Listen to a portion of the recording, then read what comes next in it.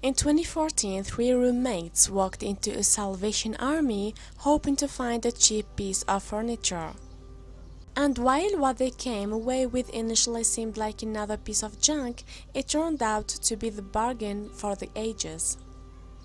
As they settled into their new apartment, roommates Lara Russo, Callie Gasti, and Reese Workhoven had tons of chores to take care of. None of them expected that one routine purchase would lead to the greatest discovery of their young lives. The trio resided in the charming old-fashioned town of New Paltz. Nestled in New York's Hudson Valley, though the community made for a neat place to live, these friends weren't exactly surrounded by luxury. Lara, Callie, and Reese were all either enrolled in college or recently graduated. Most of their income went toward rent and ramen, so any leftover cash had to be invested wisely. One thing they all agreed on was that their apartment desperately needed furniture. The 20-somethings wandered into their local Salvation Army store and inspected their couch selection. They came across some really nice pieces that unfortunately wouldn't fit in their apartment, only one would, and it was a doozy.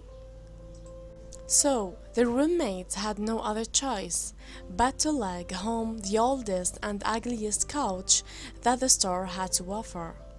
Still, it was only $20, so they certainly found a bargain, even if it was unsightly.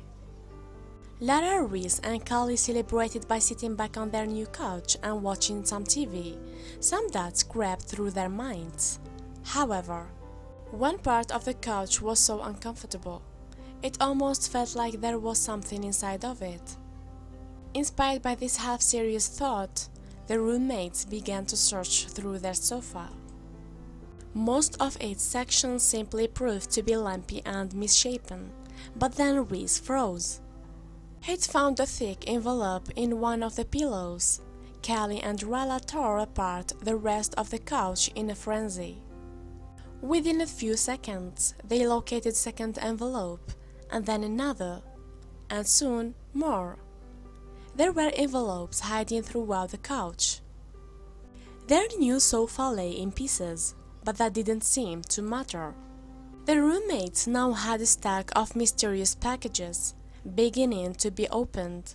Each of them peered inside one, but had no idea how to react, or, as Reese later put it, I almost peed. Were they seeing things? Each package contained rolls and bills inches thick. Practically every denomination was stuffed in there, from ones up to 100s. It would take the roommates a while to count it all up. It was serious a bundle. Altogether, the couch money added up to $41,000. The friends agreed the right thing to do would be to return it, but first they had to see if they could track down the owner. Hoping they weren't throwing away the windfall of a lifetime, their roommates shared the bank information with the Salvation Army. Against all odds, the charity managed to track down the original owners. There was no backing out now. The next day, the new Palters drove out to the provided address. Much to their relief, an old woman opened the door and welcomed them inside. She spent most of her days alone as her husband passed away, and she retired from her florist shop. She claimed the money was hers, but she completely forgot it was in the couch. Seeing her young visitors scratch their heads, she explained she grew up in a time when people couldn't trust banks.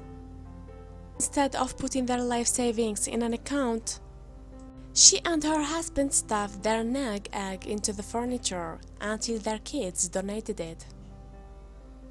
In that moment, the roommates understood the pile of cash wasn't theirs to take. They returned the money to the elderly woman, who thanked them profusely. She felt so grateful, in fact, that she sprang a surprise on them. She allowed the roommates to keep $1,000 as a finder's fee. Thank you for watching and don't forget to subscribe.